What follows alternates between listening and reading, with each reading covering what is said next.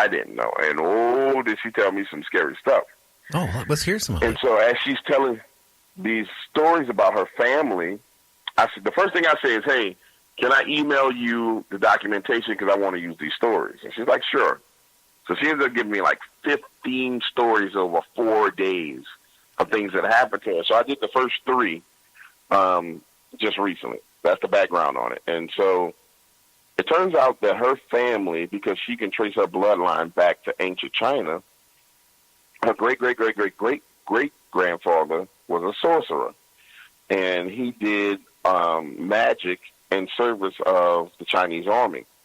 And this guy, like, was the real deal. I'm not talking about, like, fake, light a candle and put some incense and herbs around type prayer. I'm talking about the real deal Book of Solomon type, Key of Solomon type stuff, right?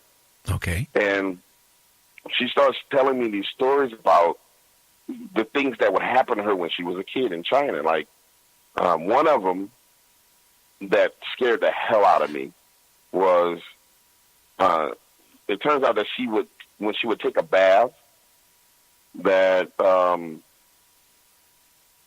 demonic things would happen. Like, as she was sliding to the tub, she would see like one drop of water rise up out of the tub. And then another drop would rise, and then another drop would rise, to the point to where it was like obvious that the water was lifting out of the tub. No. Not like you took a handful of water, but just droplets of water was rising out of the tub. That would be kind of scary. Oh, no, I'm about to freak you out. You got to hear the rest. I'm going to tell you this. Is the You're whole already thing. starting to freak me out about the water coming out of the tub.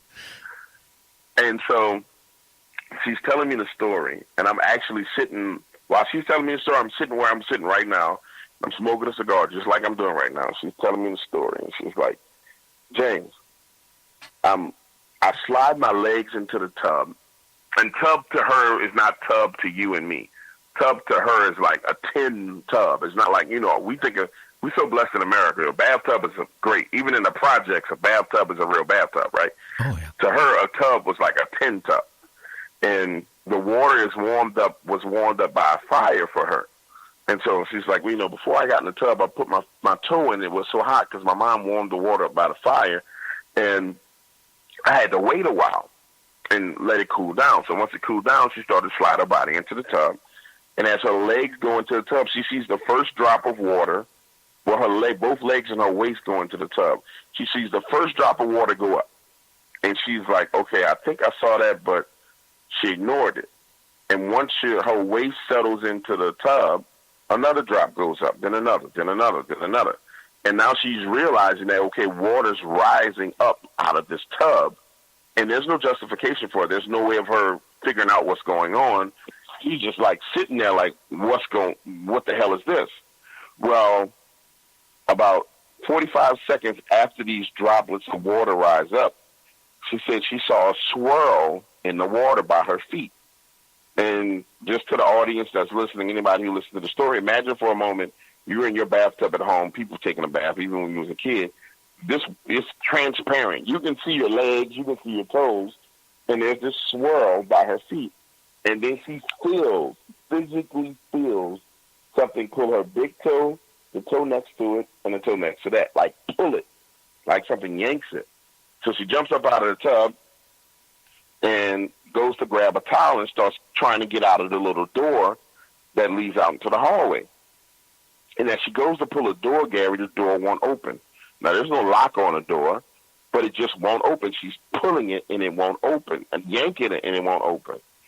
And so the only thing she could think to do was scream for her mother. So she starts screaming for her mother, and something told her to look over her shoulder. When she looks over her shoulder, there are 30 to 40 droplets of water that are in the air suspended, some of them over the tub, some of them not over the tub, and are just suspended there. So now she's really freaking out. She's screaming, calling for her mom, and as she's hearing her mother's footsteps come in her direction, yanking on a door, she looks again, and those droplets of water are still there. The minute her mom gets to the other side of the door, they start to fall. Her mom pushes the door open, hits her in the head, and she stumbles back, hits the floor, and starts crying. And her mom is like, what's wrong? What's wrong? What's wrong? What's going on? What's going on? and she tells her mom about the droplets of water. Now, prior to that, she had experiences with like this shadow man that she called the stick man. I would never try and pronounce it in Chinese just myself, but she had experiences with this man that she called the stick man. But turns out, the more I talked to her, and then I ended up having an opportunity to talk to Heather Wade off the radio and give her the rest of the stories. And Heather was like, "Well, James, you know what this is?" And I was like, "I don't know. I don't think I would really want to know." And she was like, "It sounds to me like her great grandfather put a demon indentured in service of their family for protection. Like they have their own demon, right?" And after Heather told me that, I started thinking about the other stories that she shared with me. And it turns out that I really believe that this is what is like around Ming, is they have their own demon. But it's not like, most people have demonic encounters. There's no governor on the demon. It's like it's coming to do whatever it wants to do. Like, it's coming in and scare you, it'll prove a point to you, it'll talk to you in your head, it'll show itself to you, it'll move stuff. But in this case, this demon is there to protect her. And I'll tell you the next story. Yeah, please do. She's at Stanford University, and it's her sophomore year. And her friend, Julie, is dating this guy named Greg. I think the other girl's name was Samantha. And they all are at Greg's house. Greg's family is extremely well off. And they're at Greg's family's house. They're all hanging out in the hot tub, just hanging out, chilling. And she told me, she was like, James, this is one of those times where, for the first time in my life, I was really, really happy because I had friends and I had people who were around me that, I thought really loved me and cared for me. Because throughout her life, her relationships with friends have always kind of been sabotaged. People have been scared to be around her. And I can honestly say, when I was hanging out with her, I didn't experience anything crazy. But also at the same time, I didn't have any interest in doing anything to her. My interest was always to help her. Uh-huh. Although my interest to help her, because I have that philosophy, okay, a favor for a favor, it was genuine. I'm going to do you this favor. So it wasn't like, oh, I'm trying to manipulate her and hurt her. It's like, I'm going to do you this favor. So they're all hanging out in the hot tub. They're drinking champagne. Bada bing, bada boom. She has about 6, 7 glasses, and she starts getting sleepy. So just like anybody else, you're hanging out with your friends, you don't think anything of it, Gary. You're like, I'm with my friends. I'm going to close my eyes, lay back, and relax. So she closes her eyes, lays back, and relaxes in the hot tub and falls asleep.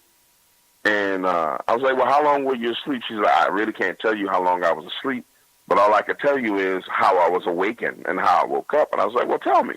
She's like, well, I woke up to water splashing, and it would sound like, people freaking out. I'm like, okay, tell me more. She says when she opens her eyes, the guy, Greg, is outside of the hot tub, and his eyes are wide open. His mouth is twisted up to the left. Like, she said he literally looked like he had Down syndrome or something. Samantha, the other girl, was running into the house, and Julie, who was the one that was closest to her in the hot tub, was like hugging the edge of the hot tub with her knees to her chest, like there was something under the water trying to get her. And she said that when she looked up above her, there were these blobs. Their exact words was blobs of water that were the size, like if you took an 8-ounce cup of water and scooped it, like an 8-ounce cup, and scooped it into the water, and then you poured it and it suspended itself in the air. She said there was 8 of them in the air suspended above them. Oh, wow. They had formed a triangle, and not like a regular triangle, like an acute, like slender triangle pointing at Greg. And Greg was completely freaked out. Like she said completely freaked out. She's like, he was freaked out, like he thought he was going to die. And I was like, well, what do you think happened? What was going on? She said that it took another week and a half after that incident happened, because when pause, let me go back.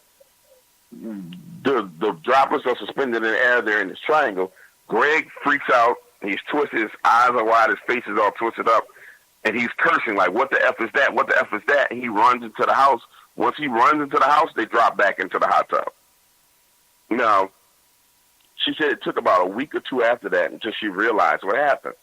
And Julie told her what happened. While she was asleep, Greg started talking about, taking off her swimsuit top and exposing her breasts and touching her breasts. And they were all kind of laughing and giggling and joking about it. They weren't serious, but they were joking about it. But Greg was doing the talking. And when he started doing that, Julie told her that she felt something grab her leg in the water. And that's why she pulled her legs up out of the water like she was scared.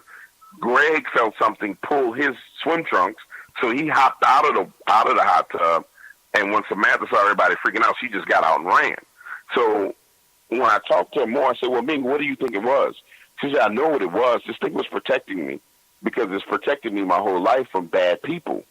Anybody who had real bad intentions, it's always protected me from them." And she went on to tell me more about a lot more of her stories, like bad boyfriends that she had and how it would run them off. And the one good boyfriend that she had, it didn't do him anything. So I really think that she has a demon that's in service to her family. Or something, yeah.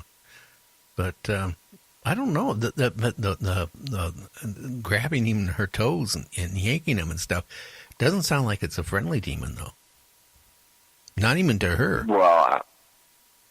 Well, it didn't. It wasn't like it accosted her. I don't know what it. Maybe it was making itself known.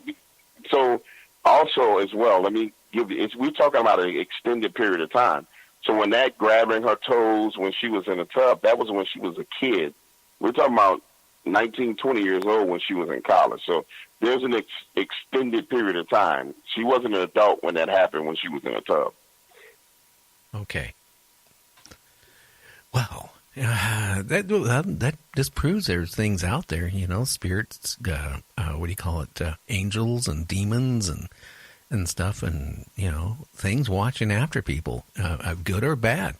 I had a mystic on here, Dark Waters, a couple weeks ago, and she said she was with somebody that was possessed, and when she left, like for the next few days, whatever was possessing that person, that they did a thing trying to remove, the whatever. It followed her home, and, like she'd be sitting there with her boyfriend talking to him, and scratches and stuff would appear on her legs and stuff like that, right in front of her boyfriend, where he saw it, like, wow, you just got scratched and, you're starting to bleed. Real weird stuff can be out there. No, and that's what I call the penalty of interfering with certain entities' business. I've experienced that. Mine was a little bit more hardcore than that, but I've experienced that as well. And it's one of those things to where you learn over time, and I don't know who this mystic is, but I've learned, I can speak for myself, I've learned the importance of protecting myself spiritually. I grew up Baptist in a Baptist church here in New Orleans, Southern Black Baptist, like real church robes, choir singing, preacher with the booming voice, like real black church. And in that environment, you talk about the devil, but you don't talk about demons. You know what I'm saying? And you don't talk about spirits. It's kind of like the devil's this ultimate bad guy who needs to get the WWE SmackDown. Jesus going to beat him down, bada bing, bada boom, and it's over, right? And that's it. So when I first got into this, I was nowhere near prepared for the spiritual warfare that would come. You know what I'm saying? I just wasn't prepared. And I had an experience that started me on the road of preparation. And I can, it's a great night. It's been a crazy stuff going on, and I'm just going to be real candid with you. I believe that each and every experience that we have, we're allowed to have. I mean, any experience that you have with evil, I'm a Christian, so any experience that I have with evil, I'm allowed to have that experience because I need to learn a lesson, So I think that my experiences that I've had have all been leading to me to get to the point to where I'm at today. And I'm in a great spot. I really love it. I used to be afraid to talk about demons, Gary. Demons can kiss my butt right now. I ain't worried about them. Because I understand now. I understand how to protect myself. I understand where the protection comes from. But I did have an experience that really shook me to my core. And I still have residual kind of problems for it, physical problems from it. I took